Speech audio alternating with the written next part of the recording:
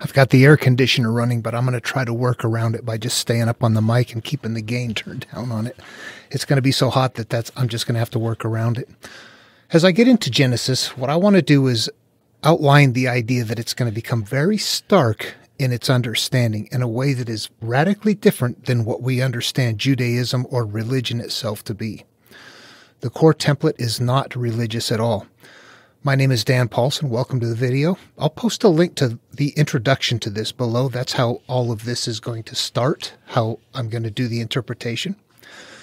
But what I want to do before I get into it is describe that as we get into the templates, as we get into Genesis, starting from the first creation all the way up to where God wants to flood everything, that is one complete template that's a human life cycle template. But in the first two creation stories, the one that has the 7 days and the other one that has the 5 rivers, there's two different ones there that have different information in there. What they have nested very cleverly in there is some basic ideas as to how the spiritual realm works, or how the human works in the cosmos, actually. It is not spiritual, it becomes real, it becomes very cosmic. And what I want to do is say that if you're familiar with the Kabbalion, this is supposedly descended from Egyptian. I don't think it does. I've got a video up on it somewhere. I don't want to get into that right now. This needs to get on to Genesis. But if you want to study this material and have it fairly plain language, this would actually be a good place to go. It's very similar, I think, to like Buddha or Lao Tzu teachings in the Dhammapada or the Tao Te Ching. But this one is very plain language, and it doesn't have a bunch of verses that you have to figure out. It describes how things work, but it does so still in a cryptic way. There are 7 principles that they talk about. The principle of mentalism, and that is the idea that everything that the entire universe and everything that we're doing is happening on a mental level. That's very plain language. The principle of correspondence, as above, so below, as below, so above. And it talks about that a little bit, but what that basically comes down to for us in the way that we're looking at life is the same way Jesus would teach that something that is hidden is not going to stay that way. Whatever is hidden becomes revealed. What this is teaching us is not just cause and effect, but how to recognize what cause and effect is. When we see something emerge, we can extrapolate what is motivating the pain by seeing what comes out. That's a part of the teaching that we'll just get into as we move along. If you're acting out with if there's a certain something that triggers you that has to do with a certain subject matter, it's because of something that is unresolved that has to do with that subject matter. That's that correspondence. If I keep getting triggered about this, it's because I've got a problem with something that somehow has to do with my perception that is involved with this. So when we're healing ourselves and we're struggling to find what is hurting us, when we go, I don't know why I'm acting out again, what am I doing? Start looking at what you're doing, how it works, that sort of thing. So it becomes applicable. Number 3, the principle of vibration. Nothing rests, everything moves, everything vibrates.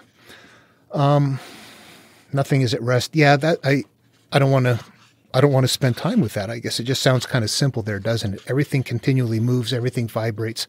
I think what they might say here, this might be the frequency of something or the way that it works.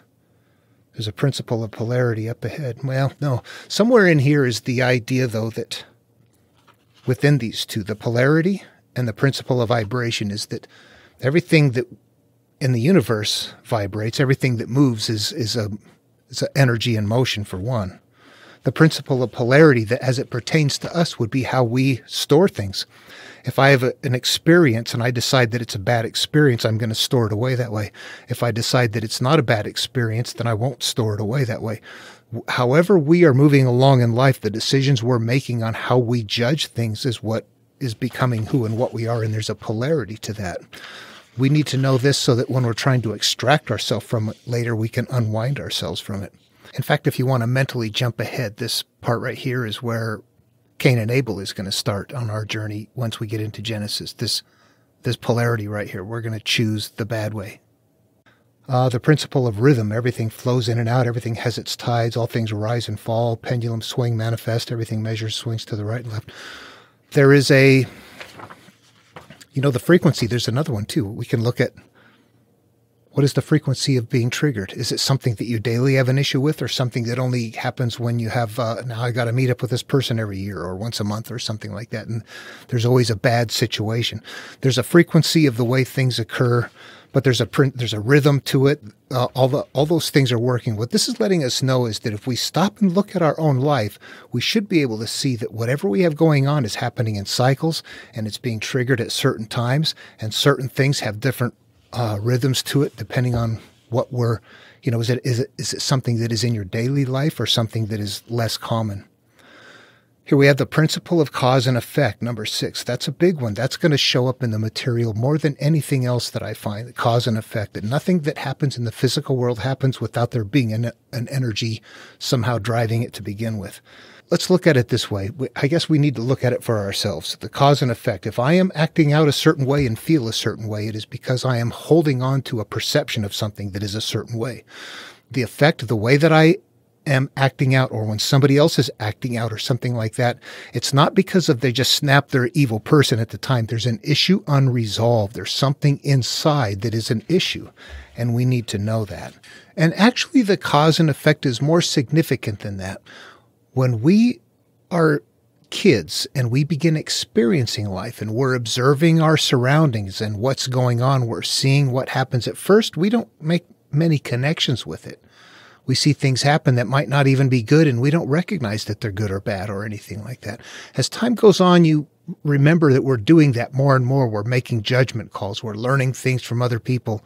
We're processing stuff. We're beginning to wire to the world based on our physical experiences. But what we don't know is that everything that's happening in the physical world is effect. It's not cause.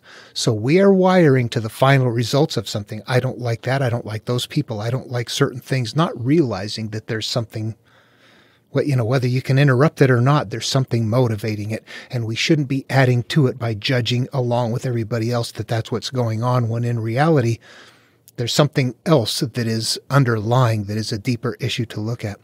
What's important for us to know here is that when we want to separate from our pain, from our hurt in life, when we want to rise above the physical, that's what has happened right there. We have attached to the physical by judging it, and we have become products of those judgments. Now what we want to do is let go of those judgments and experiences, the perceptions, so that we are no longer caught up in the physical experience of that. So it's natural for us to go into it to begin with, and how we experience that is going to be variable. Depends where we come from and the families and just what life is like. We come from different homes. And, anyway, cause and effect. Yeah, that's it. At some point, we should be able to recognize if somebody is screaming and yelling at someone else, if a mother is, or a father is yelling at a kid, standing over them and screaming at them, out of control, something you look at and go, well, that's not just correction there. That's a parent that's lost it. What we should not, at some point, we don't see an evil person that shouldn't have kids. At some point, we see a person who was a little kid themselves that was that person on the ground being yelled at like that, and that they never resolved that. So instead of us just thinking that person is this, we compassionately realize that that person is a part of a flow that they're not escaping from. And for us to escape from it, we have to release our grasp on it, our mental connection with it. Cause and effect is that important. Like, there are a ridiculous amount of examples of this, but you just think of the people that, in this case, I just threw up a picture that I pulled from somewhere, but there is this idea that what I want to look for here specifically is the people who are like the anti-gay, for example, that are just all over anti-gay legislation, no rights for marriage, all that kind of stuff. Why would that be if they're just humans? What you have is people that are very insecure for some reasons that they're holding on to, and they're acting out against gay people, and there's an unreasonable assumption that, children or whatever, they're bringing things into it that are not parts of it. So these people and all of us live in a world of animals where there's a certain level of just perversion that happens as we're growing up and living life and trying to figure things out. Some people resolve it. It doesn't happen to everybody, but it probably happens to most people. These people have never put it behind them, so they've got issues that are very set deep. And now they're after gay people, not after molesters. They're after anybody who is gay. Molesters and whatnot as well. But what you look at there is when you look at this, you don't see people who are interested in helping society. What you see is people that are acting out from their fear. That's the reality of it. And I'm fully aware that not everybody in that group has had some sort of molestation or perversion or, college circle jerk or whatever it is they do in the duck blind that we all might do as children growing up. That there's a point where shame in something that is hidden is so significant that they group together and act out. But, some people may have just simply been told over and over again that they've been demonized without ever having the experience. However, I think in most cases, people do have the experience. Just don't go tell them that. They will kill you and hate you for that because you know what they are trying to hide, when in all reality, they are not hiding it very well, because if we know cause and effect, we know that they're hiding the very thing that they fight against in this case. Standing up for molested children is justice. Going against adults who are consenting adults who have been born with a different sexual desire and love each other is not going after what is wrong. That is going after people who are innocent because you can't manage your own shame and fear. That's wrong. We see the difference. And I apologize if it sounds like I'm going off here. This is trying to show the depth of cause and effect and how we observe it and how we can analyze it. You could look at a situation like that and people can come at you and say, the Bible says this. We are not acting on our own. What are you talking about? But you could sit back and just understand that they're lying. Why? Because if you know the Bible, there's a whole pile of things in here and they're going after one and only one thing. They're ignoring all the rest of it. In fact, they're violating much of the rest of the rules where they grab that very same one from.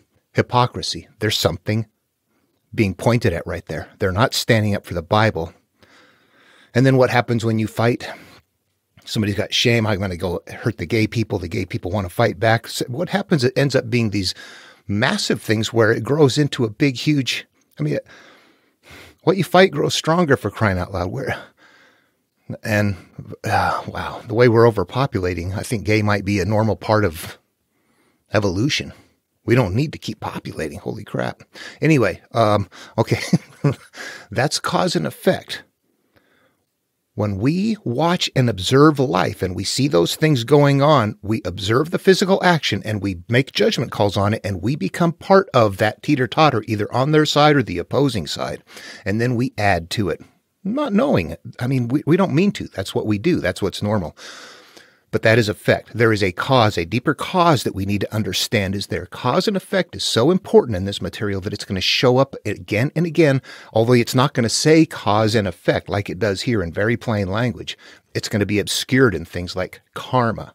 The measure you mete unto others will be likewise meted unto you. And God told him, I will bless those who bless you and curse those who curse you. All of those are verbiage holding the concept of cause and effect.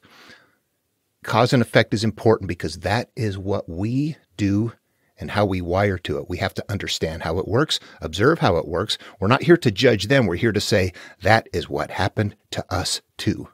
They are at the point in life where the world is raucous.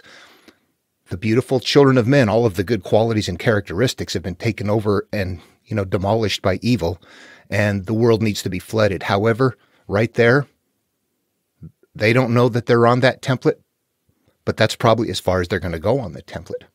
The calling, the next template, is where Noah kicks in, and that is where we begin to turn inward and observe the things that hurt us so that we're not a part of this hurtful process, we need to step outside of it in order to understand it, in order to manage it, and to not be a part of it. And the last one, we have the principle of gender. Gender is in everything. Everything has its masculine and feminine principles. Gender manifests on all planes. The principle embodies. manifest as sex on the higher planes. It takes higher forms. See, I think that all of the sex stuff, I think what that pertains to probably is that things are created when there's a union of two occurrences. And you know what? I have to honestly say that I see gender being used in different ways in different places.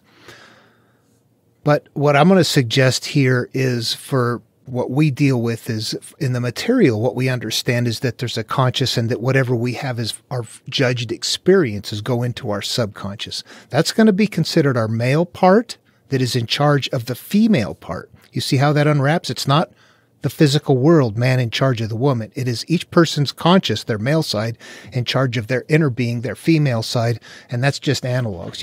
You don't have to use those. You could say my conscious trains my subconscious, and then my unresolved issues act out. Or you could say I can't carry it that way. I want it to be my husband is in charge of the wife who has children, and the children act out. Because the wife went off and had union with something else or followed a snake or something like that, left the husband. These are all ideas that we have gone off and had a physical experience and now something is hurtful inside of us. But they're analogous terms that way. Whenever you find things in here about, like being gender, when the male not be male and the female not female, what that means is that these two of us are combined. We don't have a part of us that acts out that later we're going, oh my God, what's happened? That is not the combination of the male and the female side. Whenever they're doing that gender kind of stuff like that, that's what they're referring to there.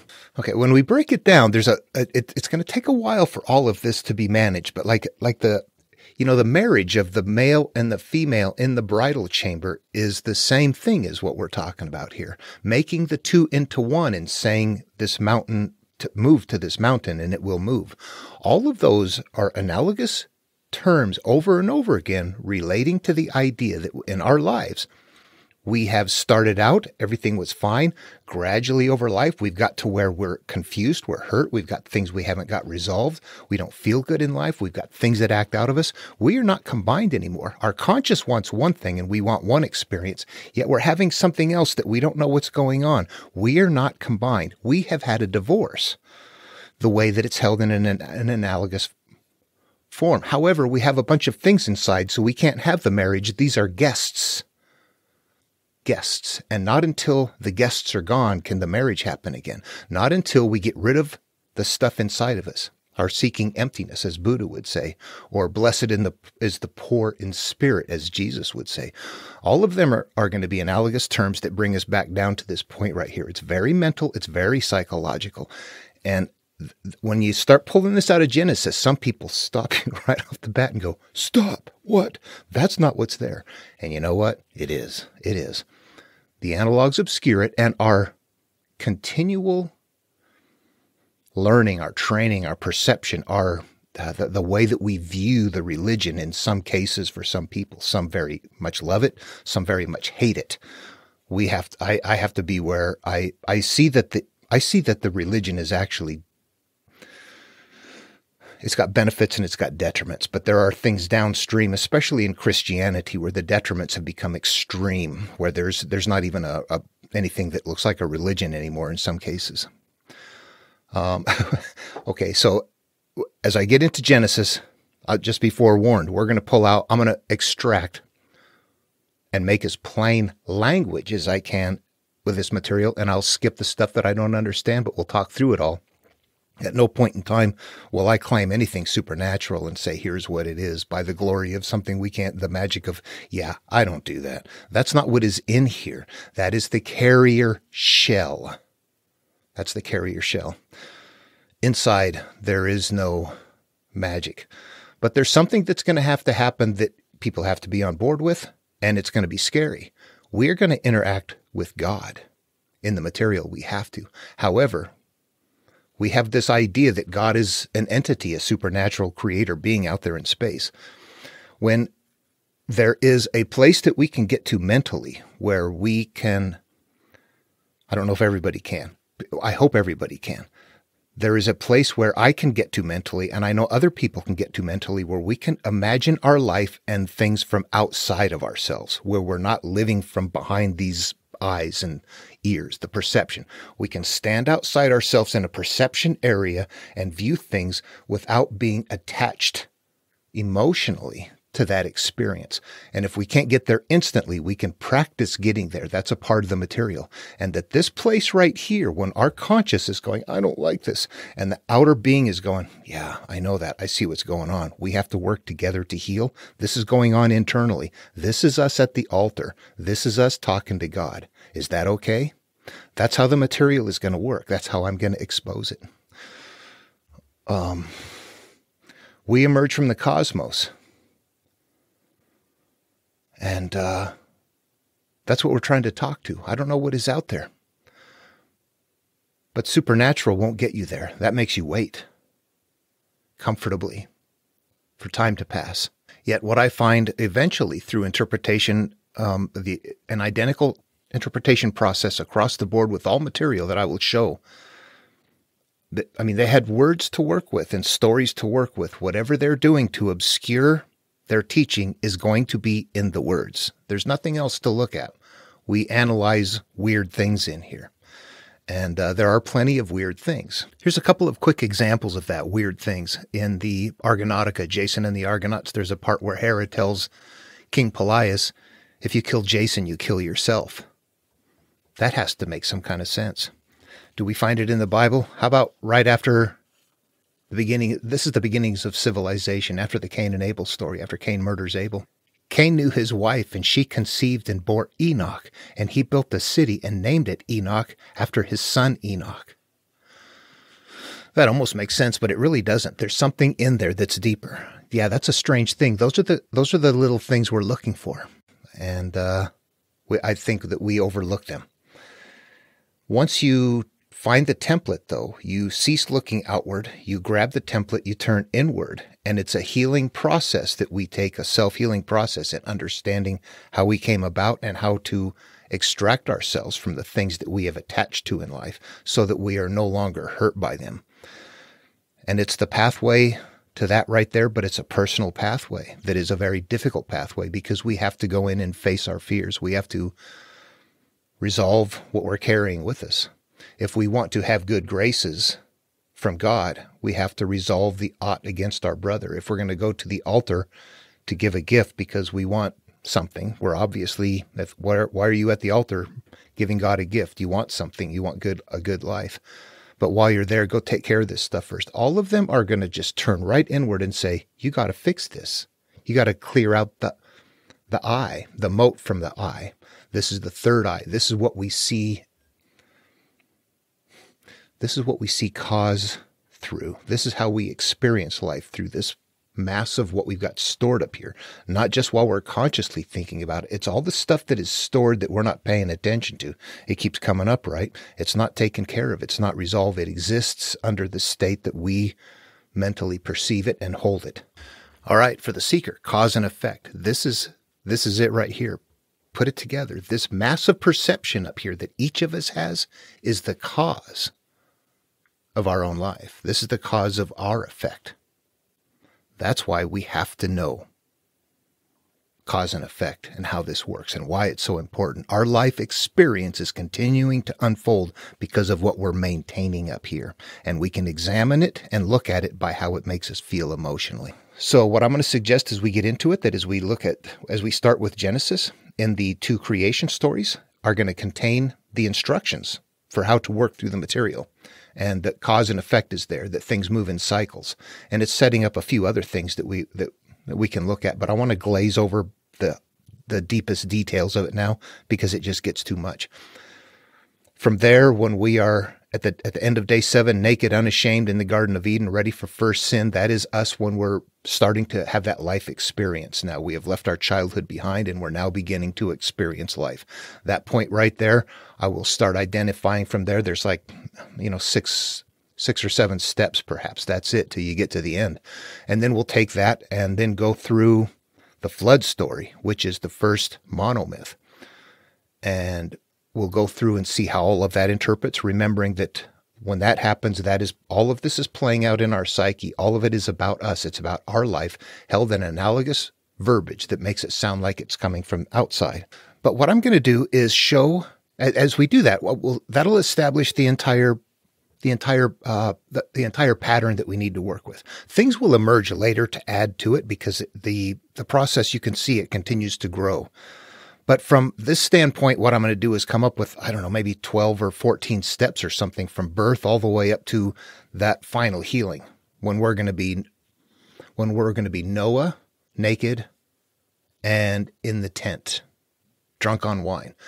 There's a point there, and then there's a lineage that happens right after that. That's actually, yeah, I think the lineage needs to be there as well. But that ends the first part. We'll take steps up to there, and then from that point, we'll take each of those steps and give them a name that makes sense. Like first sin is not really first sin. What that is exposure to life. And it starts out small.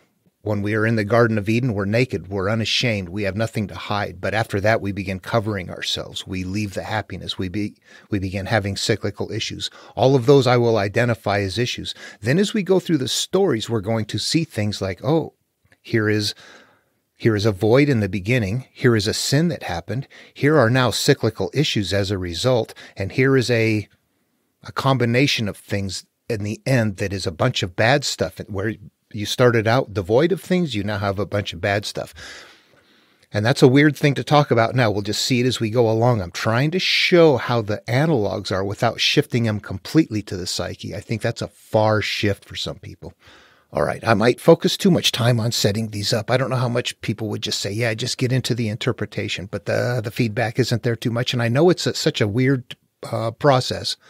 I think once you see what's going on, it's not a hard process. It's just dismissing ourselves from what the material itself holds. I will tell you that there is one template, regardless of where you go.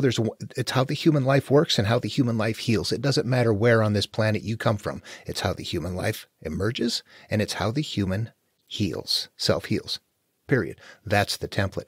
What is going to be different is two things. Number one, most critically, the analogous verbiage used to carry it. Because the analogous verbiage, depending on what you choose, can create different genres of carrying it as well. You've got spiritual material like something from Buddha or the Tao Te Ching. This is a self-healing process. You're not turning it over to a being out there. You're turning inward right there. It's held that way, and it's pretty straightforward. You can take it and put it in mythological form. All of the Greek myth, the Roman myth, all of that are ways of carrying this template in a genre that is an adventurous genre. You take the same template and put it in a religious genre, which is exactly what has happened here. And the carrier package becomes incredibly multi-purpose, really incredibly multi-purpose in the population. It's the same template held in different analogous terms and in different genres.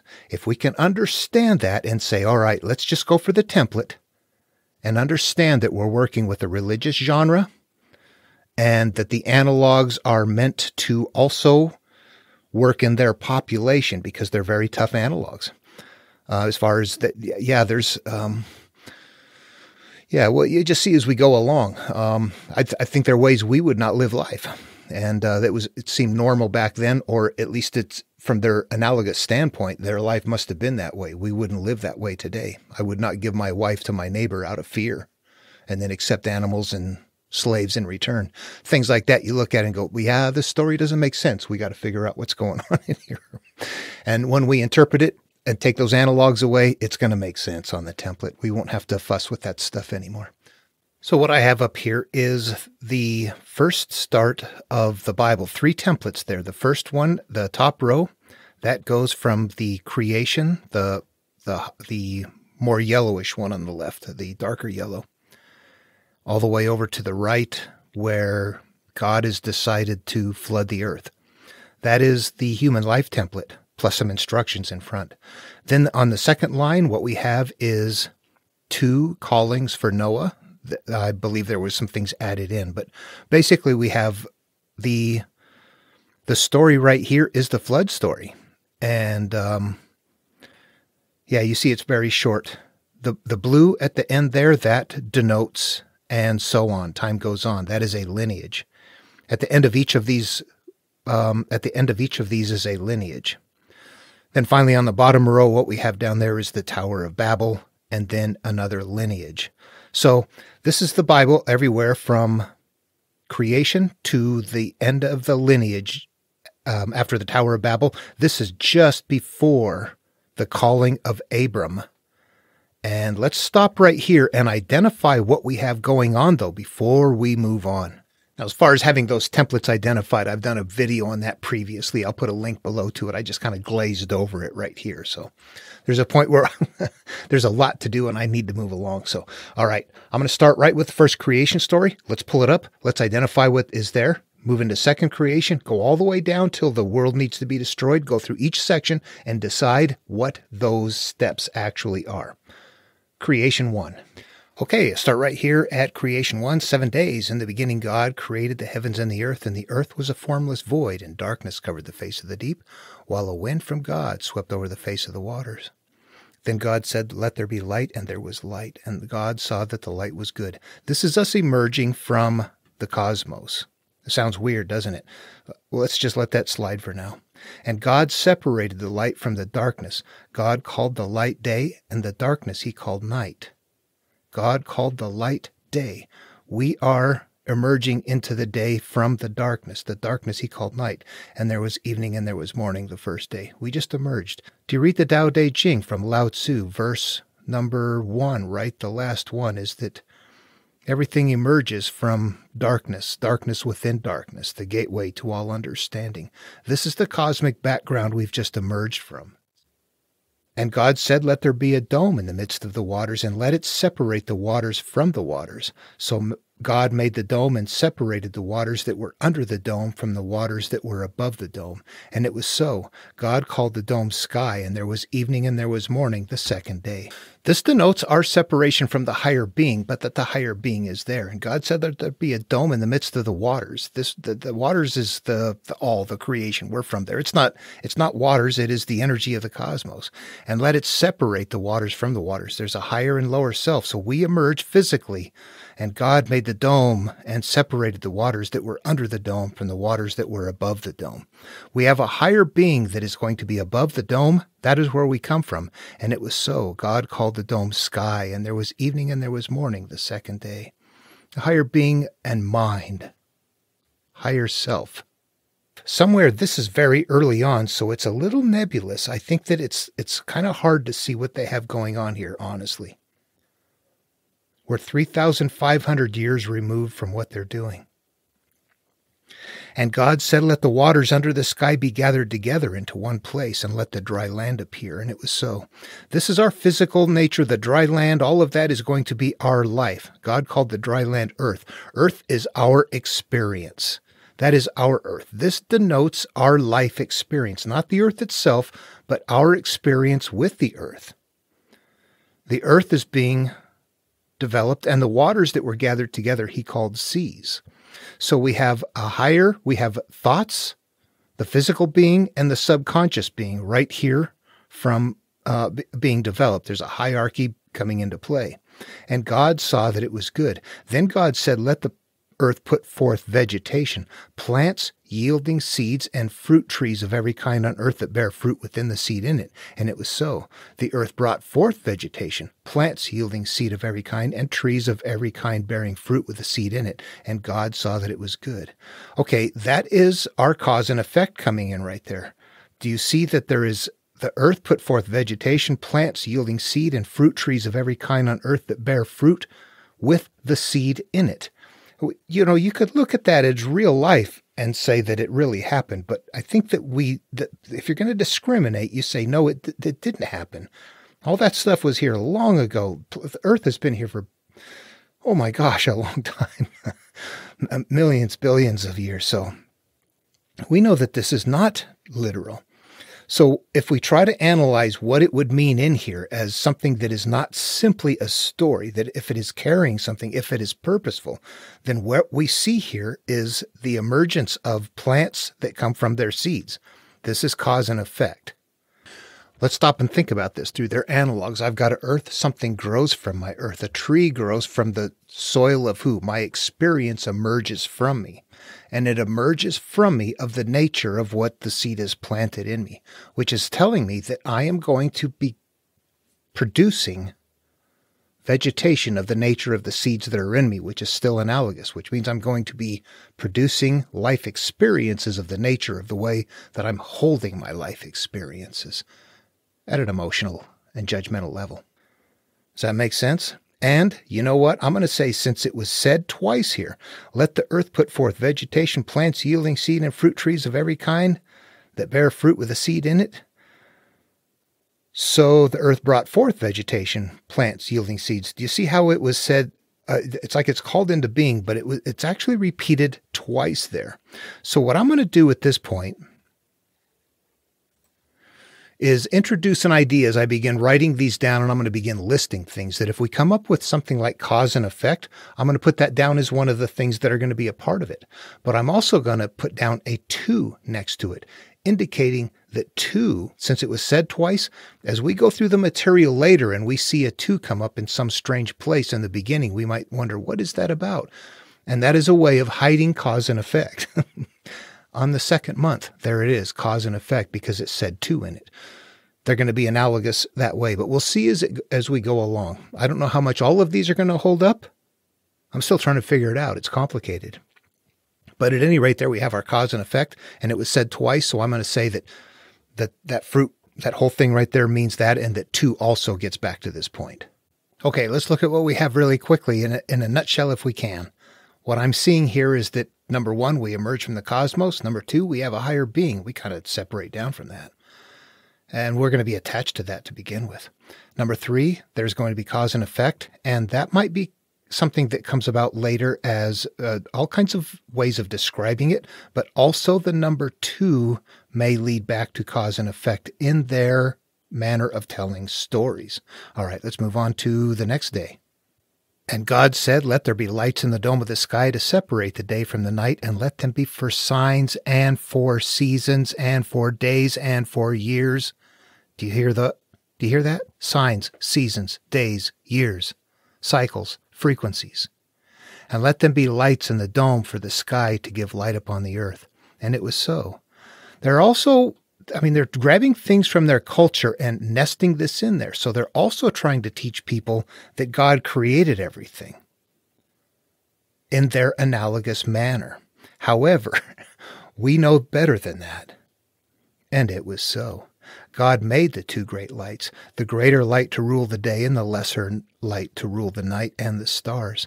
So this means that things are going, what is the day and the night and the stars? The day are the things that we are conscious of, and the night are the things that we're not going to be conscious of, the things that we are in there. Everything is going to cycle. That's what this is establishing right here, is that life will come in cycles, and that God set them in the dome of the sky to give light upon the earth, to rule over the day and over to night, and to separate the light from the darkness. And God saw that it was good. They're going to rule over the day and the night. Everything is going to always move in cycles. It will never deviate, the good stuff and the bad stuff. And in the daytime, that is the stuff we're aware of. We are okay with it. That stuff cycles on over and over. The night, that is what, in this case, what we are keeping in the darkness. That's stuff that we have put away, yet it is also going to cycle. Okay, let's add to our list. What do we get at day 4 then? Everything cycles. So we emerge from the cosmos. We have a higher being. The cause and effect is going to be a part of us, and everything always cycles. What moves in cycles? We leave it most complete by not listing everything. What? Everything. Okay, and God said, let the waters bring forth swarms of living creatures, and let birds fly above the earth across the dome of the sky. This is our life. This is us. Let the waters bring forth swarms of living creatures. What are the waters? This is what emerges from us at a deeper level. This is our subconscious. And let birds fly above the earth across the dome of the sky. Let your mind and your thoughts roam. However, it's going to be under the dome of the sky. This is our conscious self, not our higher being. So God created the great sea monsters and every living creature that moves of every kind, with which the waters swarm, and every winged bird of every kind. So this just means that everything that is potentially there is there, available. And God saw that it was good. And I mean for the physical life when I say that. I don't want to sound oogity boogity. When I talk about things like this, potential, I mean potential for a good life. We're looking for happiness. Whenever we stray from the interpretation. We're looking for Canaan. We're looking for the kingdom of heaven within, nirvana. We're looking for a mental state of being. So we're going to stay focused on that. So all of these things are created, the water swarm and every winged birds of all the kinds. Yeah, the potential is there for us to live our life. We don't know where we're going to come from. We could come from any place. You could come from a wonderful home, and that's been created by God. If you could come from a horrific home, and that's been created by God. God created everything. God blessed them, saying, be fruitful and multiply. Remember, these are analogs. We're not looking at God as anything more than somehow the cosmic background. And everything, good or bad, emerges from there. Whatever we can produce comes from, where do we get our energy to create? It comes from the cosmos. Anything comes from there. Be fruitful and multiply, and fill the waters in the seas, and let the birds multiply on the earth. We're going to continue to grow and develop.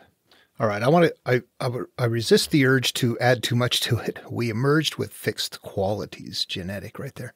But I also want to say that I get out of that this is all happening at the physical level, that it's below that dome. It's below the higher being. It is below. So this is our physical self, our physical thoughts, our mental thoughts, our fears, our shame, our hurt, all of those things. And the subconscious and all of that. It is not the higher being that looks at things from a detached perspective. This is creating us. We emerged with fixed qualities. Okay, the next one. And God said, let the earth bring forth living creatures of every kind, cattle and creeping things and wild animals of the earth of every kind. And it was so. God made the wild animals of the earth of every kind, and the cattle of every kind, and everything that creeps upon the ground of every kind. And God saw that it was good. Then God said, let us make humankind in our image, according to our likeness, and let them have dominion over the fish of the sea, and over the birds, and over the air, and over the cattle, and over all of the wild animals of the earth, and over every creeping thing that creeps upon the earth. So God created humankind in his image. In the image of God he created them. Male and female, he created them. God blessed them, and God said to them, be fruitful and multiply, and fill the earth and subdue it. Okay, we need to back up for a minute here. I'm getting too far into it. So, in another step, we're going to be naming everything. Everything is going to be brought to us.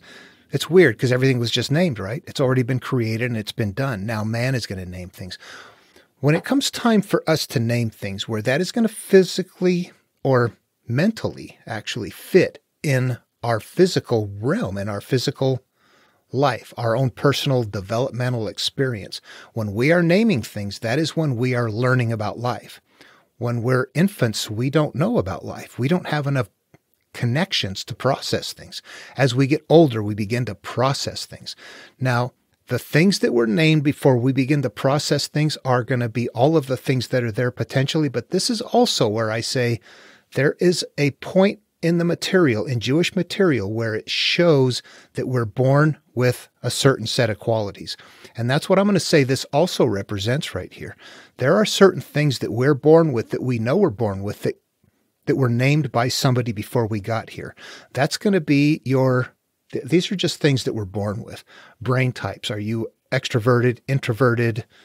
The kind of qualities we are. Very outgoing, want to go out and, outdoors and want to go explore things, or would you rather sit and work with a group of people, making trinkets, adventuring, developing, experimenting, something like that? We are born with different brains, different mindsets, and they would have known that back then. I'm sure that they would take, go storm some country and take prisoners and come back with infants, and later on realize, you know what, these little kids grew up and they sound and act just like we do, even though they came from over there, but they still have qualities we can't manipulate.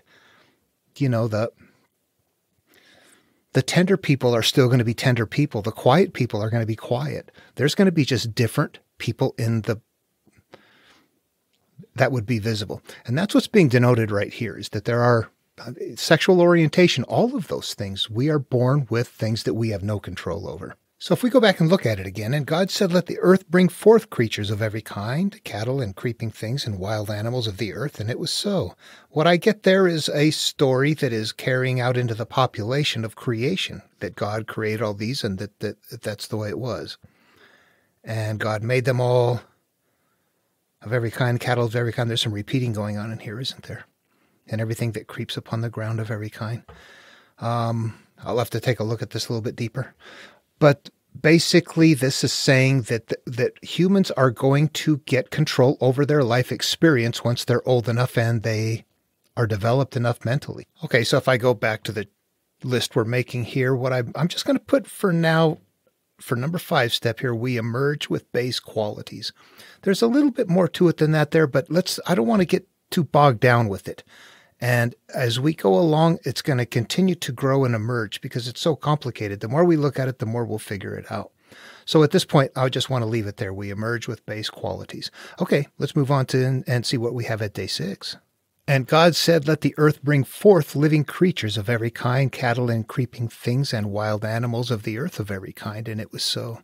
So there's some repeating going on down here still. It's almost kind of a summation here, even though the humans actually appear in this one, in this one of the 2 creation stories.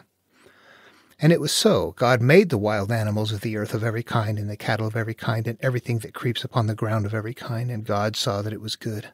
So it repeated it there 2 times again. Then God said, let us make humankind in our image. Notice that plural, our image, according to our likeness, and let them have dominion over the fish of the sea, and over the birds of the air, and over the cattle, and over the wild animals of the earth, and over every creeping thing that creeps upon the earth. So it's basically saying that we're going to create humankind in the what is the capacity? So far, God can make good and bad. We're going to create humans who also can name things and create them as good or bad. We're being created in this process anyway. It's pretty thickly wound into a creation story. It's difficult to extract all of the analogous verbiage. Anyway, so God created humankind in his image. In the image of God, he created them. Male and female, he created them. God blessed them, and God said to them, be fruitful and multiply and fill the earth and subdue it. So that sounds like a physical thing, but what we're being instructed here to do, what's going to emerge on the template, we have to keep trying to figure out what they're doing on the template. If they're sticking to something here and not just making something up, then it has to somehow fit on something. Male and female is our conscious and subconscious. Be fruitful and multiply and fill the earth and subdue it. We are going to move along in life, and what we're going to see happening in the stories as they go through this is that we are going to continue to become different people. We are going to be fruitful and multiply. We're going to start out as one thing. We're going to be something else. We're going to have inner conflict. We're going to have parts of us we have to defeat. We're going to have new selves taking over. All of this is going to be what plays out in the human psyche. It doesn't happen in the real world unless you think it's just a creation magic, a literal. That's so, I can't even imagine people still do that.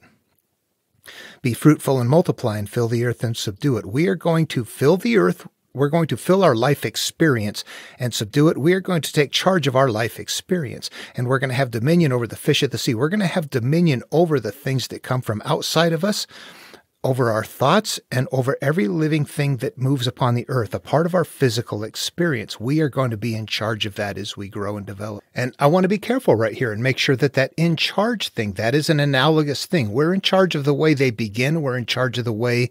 If we ignore them and they're still acting out, that is us not taking charge. So, we're still in charge, but our effort is to do nothing. That is our choice, to do nothing. So we are in charge of our life. And if our life isn't okay and we're not happy with it, mentally at some level, we are still in charge of that. It's just hard to find how that works and how to go in and work with that. God said, see, I have given you every plant yielding seed upon the face of all the earth, and every tree with the fruit in its seed. We see that we're getting a repeat here of the cause and effect. I've given you cause and effect, and you shall have them for food. Yeah, if we're going to spiritually consume these our entire lives. and to every beast of the earth, and to every bird of the air, and to everything that creeps upon the earth. All of the things that we do, everything that has the breath of life, that's what we've given life to. I have given every green plant for food, and it was so. God saw everything that he had made, and indeed it was very good, and there was evening and there was morning, the sixth day. Okay, how do we break that one down? That one's going to be tough. Okay, let's see if we can put it on the list here. I'm really dissatisfied with how short I am making these. There is a lot more packed into these. I'm trying to just kind of get an overview without getting so deep into it. But there's more going on in there. There's more repeating and things like that. We see that there's more in there. But basically what I'm going to say out of this one is that we are going to decide the quality of our life. These are all consistent with other teachings when we're naming something, when we are having a bad thought, an evil thought like in Buddha's work, or there's a variety of ways when we're judging something. All of those are emergent qualities. We decide the quality of our life. Now, we're not doing that intentionally. We're doing that unintentionally. We're doing that based on our emotional experience and what we know at the time, which makes our lives bad in many cases. So when we decide the quality of our life, that doesn't mean we're trying to make a happy decision. That might mean, oh, I hate you for that, and I will always hate you. That decision right there is what we're doing, and that is how that's working. We are unfolding from this process right here. Our life is unfolding from this process. And last but not least, day 7 in this version of the creation story. And on the 7th day, that's important, 7 right there, God finished the work that he had done, and he rested on the 7th day again, from all the work that he had done. So God blessed the 7th day, he said it a third time, and hallowed it, because on it God rested from all the work that he had done in creation. These are the generations of the heavens and the earth when they were created. Sharp-eyed biblical readers will recognize that I didn't maintain the chapters, that I took the chapters and verses out and went back to the story, the complete story. Anyway, okay, so what we have right here actually is, at the end of creation, is a 7, and it was said 3 times. So let's try to determine what this means right here. There's a lot that could be said about it. I can tell you it is not so simple that you just break it down like this, that there are pieces later that fit back up here. It's a very huge network. So right here, what I see is once I interpret it, I see a creation story that has very specific elements in it. Once I strip off the analogs and extract what the teaching is in there, going back to the whole frequency, the cycles, the cause and effect, which is cause and effect, all of those things which are common elements, the things that emerge from each other, that, all of that stuff. In the Jewish material, we're also developing the hierarchy necessary to work through the material. The stories are going to be built on how to navigate healing within the mind using that hierarchy, translating the story elements into the right parts of your mind, the higher being, the consciousness, the subconscious, the characteristics that we're holding, all of that, and how to interact with it. So all of that is being held, but we don't know that right up in front by reading this. We get into the second creation story, and it sounds a lot different. There's 5 rivers. Yeah, I call it a different story. And then when we get to the calling of Noah's Ark, what we're going to see is that there's 2 callings, which is also not usual. We don't have 2 callings of people. When we go through and find Moses, Abraham, anybody else, all of the Jacob, Isaac, anybody who is a prophet is a called person. And they're going to start a monomyth. There is never 2 callings. Only with Noah is there. And they both sound different. But one of them sounds like it matches, and it does. It matches the analogs in the other creation story. So these appear to me to be added in. That you could have had just the 5 rivers and Adam and Eve, not had the second calling of Noah. There's other changes downstream, I'm sure, but there would have been a standalone creation story at one point that was similar to the Babylonian Enuma Elish. But that later they created an entire network of that, but they built it upon the basic general story. They got rid of some components. There was there was 2 wives for Adam in the beginning. There was a Lilith before there was Eve. They got rid of that, and they've done some other things. You can see that over time that The material has maintained the template throughout. At the same time, what I see is the carrier shell, the ark, has been manipulated to advance it into a more developed religion and storytelling network. That it's still maintained on the monomyth. So, what does that get us? What is day 7? What am I blabbering on about? As we get through the second story, what we're going to see as we line these things up is 7 is a point in time at the end of creation where we've been created, we've been given the power to... Wait a minute, I got an easier one. First sin hasn't happened yet. We are before first sin. First sin represents when we have developed enough that we begin to make decisions about the knowledge of good and evil we like or we don't like in life. We are now making choices for ourselves. We're leaving our innocence behind. We're not there yet on day 7. We're before that. Day 7 is a point where we have not yet attached to the physical world and its experiences. And it's going to, the material is going to keep using 7 as a tie point. A child 7 days old, or a wise person will ask a child 7 days old about the place of life. And there's a lot of references to 7. That is, 7 appears hundreds of times in the Bible. It's an inordinate amount, but as we interpret it, we find out that 7 is always an analogous number that gets back to this point. And the fact that it was said 3 times means that they've also made it so that whenever 3 is used downstream, it also means this point right here. And that's how they're going to continue to manage that. And I say that, we'll just see it as we move along. It's going to emerge. You'll go, oh yeah, those numbers are there all the time in this right place.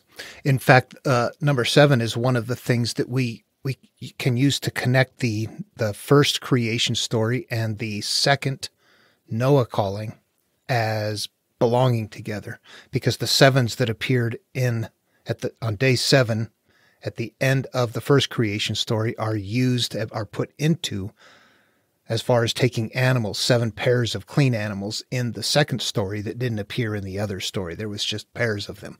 So we can see that they had to add something in. As they're going downstream, what they're doing, they're making sure the 7 goes along the story. You're going back to heal yourself. What do you need to do? You need to bring a tie point with you. It's a puzzle. That's exactly what they're doing along the way. That can still seem like a stretch. I've thought about that myself, thinking, why is there so much in here and why would it be that way?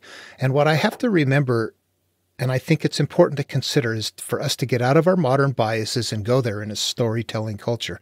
These are not written down. We don't have a pile of these things to look through. We have them memorized, but we're hearing story by story.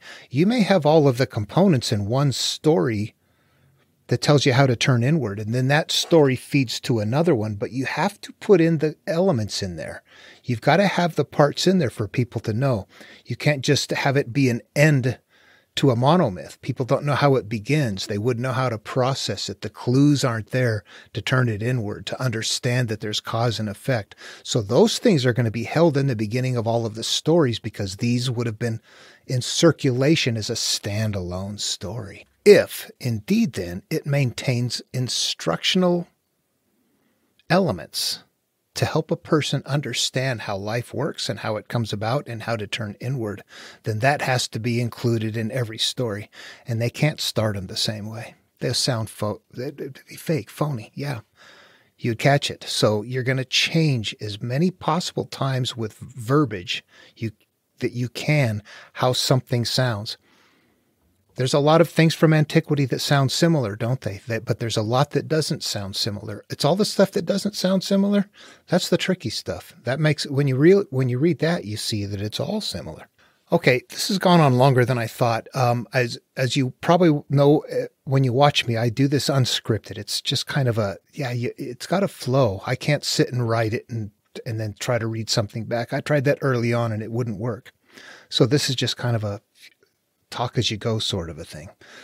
This went a little bit longer. I think people who are interested in it, they're looking at it for their own reasons. So it's different. It's not preaching. It's not supernatural. It's trying to extract something out of here that you look at and go, yeah, I don't know if I can extract that, but I see the viability of what you're saying, that is indeed how life comes about, that we do come about that way, and that we're hurt, and that we want to interact with that, that is a viable, it's viable to an individual who sees it and can manage it. It's not going to be for everyone. There will be many people who say, yeah, there's not, buddy, yeah, you're a nut. It's not there. Or leave it alone. There's plenty of that too. So I know the viability comes when the individual says, yeah, I see. I'm going to do that.